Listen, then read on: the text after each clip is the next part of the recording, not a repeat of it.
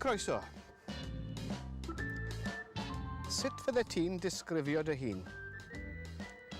Amyneddgar a diamynedd. Pam dewis gosod y Gadair fan hyn?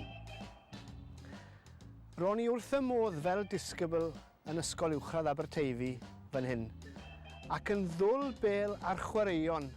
Ar tu ôl i ni, yma'n tŷ ni. A fyna, oedd dad yn arfer brolio slawer dydd bod dan ni'r lawnt gefem fwyaf yn Aberteifi i gyd. Sut a pham ddechreuais di gynganeddu? Pan o'n i'n 2 ar 15 oed, fe fues i'n mynychu cyfres o wersi gyda'r Prifardd Ceri Wyn, gwersi cynghanedd. Pam? Oherwydd oedd yn nhad wedi awgrymu y bydde fe'n syniad da. Ac yn tŷ ni, pan oedd yn nhad yn awgrymu, oedd e'n orfodol. Sut brofiad oedd olynu Gerallt Lloyd Owen? Profiad cwbl frawychus, ond cwbl gynhyrfus hefyd.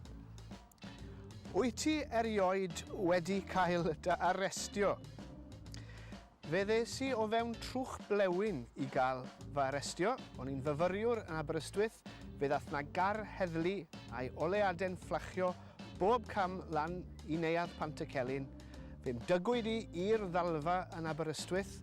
Ges i nal yno am rai oriau cyn i'r cyfryw heddlu ddod i ddeall nad yr un Ceri Wyn Jones oedden ni a'r Ceri Wyn Jones yr oedden nhw'n edrych amdano.